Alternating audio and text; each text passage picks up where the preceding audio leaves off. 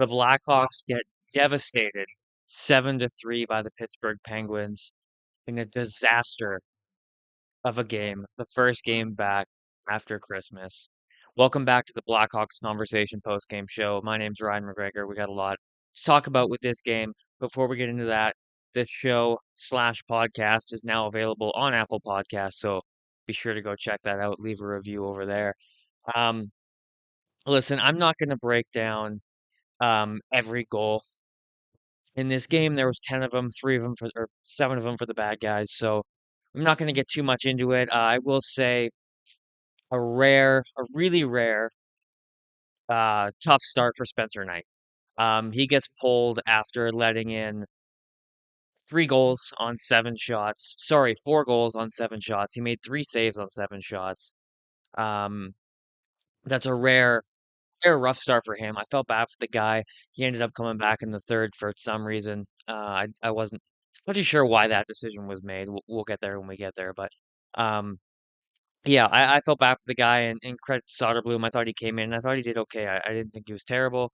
Um, I think the score of the game was 3-2 with Soderblom in the net, so it wasn't horrible. But and not all of this was on goaltending. I mean, all night, the Hawks' D zone coverage was atrocious, especially in front of their own net. And that's been a bit of a pattern um, here at this season. Not only this season, but just kind of with this team. Um, I forget what goal it was. It was one of the Brazeau goals. Who Brazeau got a hat trick tonight, which is unbelievable. His first career hat trick, obviously.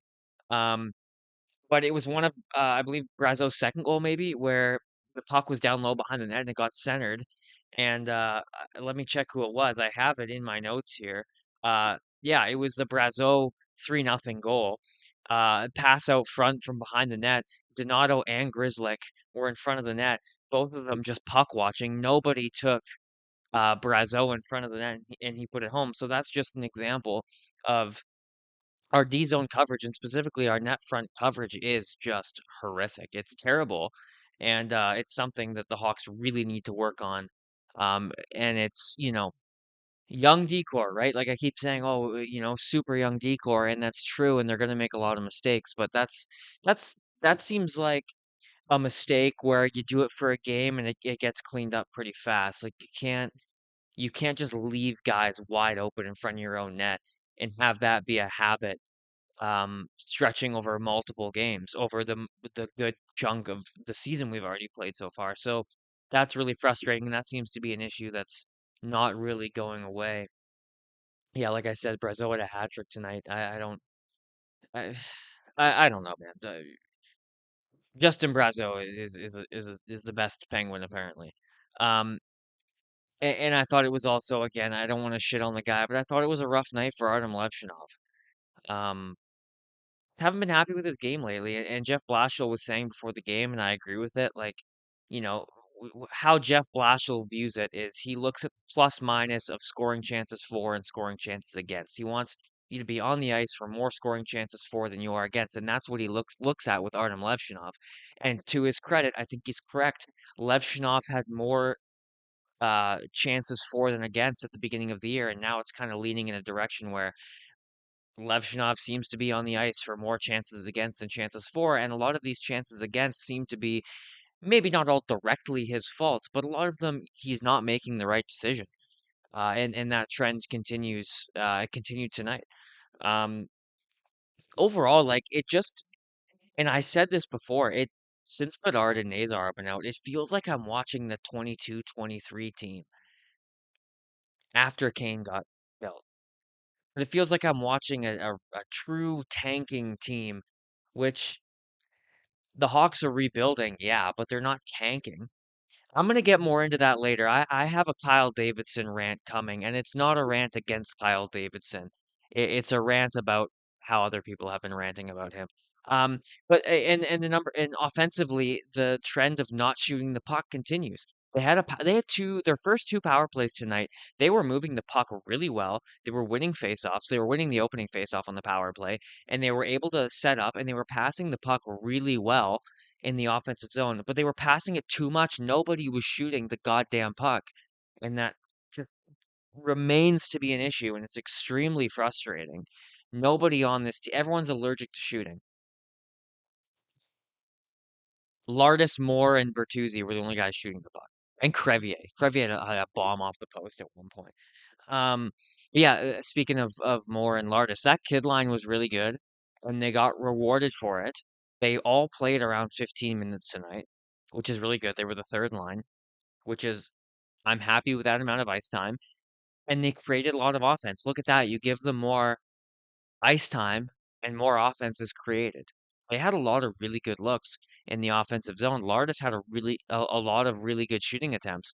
Unfortunately, nothing went in for him, but I thought that line looked really good.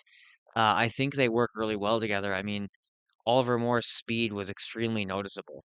Camera died there, had to put a new battery in, so if the shot shifted a little bit, I apologize. If you're listening on Apple Podcast, I shouldn't have said anything.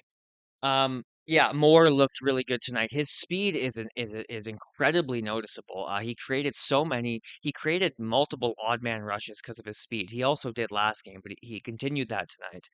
Um, the Vlasic Crevier pairing continues to be really good. Um, they're just so reliable defensively, and both of those guys have the ability to chip in offensively. I mean, obviously Crevier has that bomb from the point that that alone creates a lot of scoring opportunities. Like I said, he hit the post tonight with it. Vlasic's ability to skate the puck out of the zone and break out is really really good. And he also sometimes he'll get the puck at the point, and instead of throwing it on net or throwing it to the corner or passing it, he'll skate it himself down the wall and create some offense that way. So I really like that defensive pairing. And Wyatt Kaiser also had a really good night on the back end. Wyatt Kaiser is always creating offense. He's one of those guys who, in my opinion, is and has the ability to even more so grow into the perfect two-way defender. Um, he's like Duncan Keith in the sense that he's really good with his stick in the defensive zone. He's really good at stripping the puck off of guys in the defensive zone, and he can create offense. He's got a shot, and it's not that he has a really powerful shot. He has a smart shot. He knows when to shoot and when to not. He knows how to put it through traffic and get it on net. And he also isn't afraid, like Vlasic, to skate the puck around a little bit, and he's really good at it. He's a really smooth skater, and I think his skating skills or his skating ability maybe not so much in the Hawks fan community, but in the general NHL community, is a little underappreciated. I mean, I think a lot of people outside of Chicago don't really know about him, but yeah, he's a really underrated player. Maybe not, like I said, not within the Hawks fan community. Us Hawks fans appreciate and know Wyatt Kaiser's game very well. Um, Slaggert has looked really good since he came up. Again, he looked good tonight. Bertuzzi was the best player on the ice for the Blackhawks. Um, Tyler Bertuzzi has really stepped up the last couple games since Bedard and Nazar have gone down with injury, and that's something we were asking for, and it's something that wasn't noticeable right away. Like I said, it's kind of the last couple games he's really stepped up. Um, he scored with like zero point 0.8 seconds left, which I thought was awesome. Yeah, he's looked really good. But Kyle Davidson is what I want to talk about. He's been getting a lot of flack lately for this team not winning and the way he's building this team. And I want to come to his defense here a little bit. You have your two best forwards out of the lineup, 21 and 22 years old, Kyle Davidson draft picks. One of them is a superstar. One of them is turning into a stud second line center. Those guys are out. You were a wild card team for the first 2 months of the season. At points, you were kind of flirting with third in the division a couple times. Um, in year three of the rebuild, it's year three, and you're already toying with a playoff spot for the first 2 months of the season in year three. And the only reason they're not anymore is because, like I said, they're missing their 1C and 2C. Their two best players are out. You think they're going to keep winning games? No. You can say that for any team, especially a young team that's in the third year of the rebuild. I don't understand the Kyle Davidson hate. And you're waiting on guys like Frondell Kanstrov, Nestrasil, and a whole other abundance of first round picks. And you have two more first round picks this year. Look at our blue line. Vlasic, Kaiser, Levshinov, Rinzel, Korchinski, EDM, Allen. That you have seven young D-men who all look like they're going to be great. Even Korchinski. I'm still hopeful on Korchinski. I still think he deserves his shot up here, especially right now when he would have the ability, without Rinzel and Levshinov doing it, to quarterback the first unit power play. The Kyle Davidson hate is not justified. We're 3 years into the rebuild, and we're already starting to see the makings of a winning team.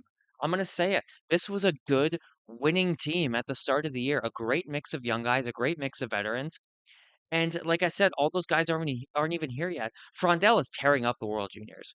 Nestrasil had that beautiful no-look goal today. And we're still going to get a high draft pick, maybe a McKenna, maybe a Stenberg, maybe a Belchets, maybe Verhoff. And you have Spencer Knight looking like he's going to be one of the best goalies in the NHL in a few years. I don't understand the Kyle Davidson hate. I'm going to end my little rant there. The Kyle Davidson hate is unjustified. People need to lay off. He's doing a great job building this team. People are just mad the Hawks are losing, and they can't get through their brains that it's because you're missing your top two players, your two superstars. Yeah, I'll call Nazar a superstar. I don't know how to. I don't know. I can't in any way defend the people who are hating on Kyle Davidson. So that's my little Kyle Davidson rant. The Hawks lose 7-3. We march forward without Bedard and Nazar. And I look forward to talking about the draft. And I look forward to seeing if this team can get back up around 500 when those two guys are back. I think they can. So I don't. We might not be drafting top three, but it's a tight league this year, so maybe. I don't think anyone in the East is below 500. Uh, so yeah, that's all from me. That's all from this game. If you guys enjoyed it, leave a like, subscribe, comment down below your thoughts on the game. Follow the show on Apple Podcasts. Follow me on Twitter for a lot of good Hawks conversation, and I'll see you in the next post game.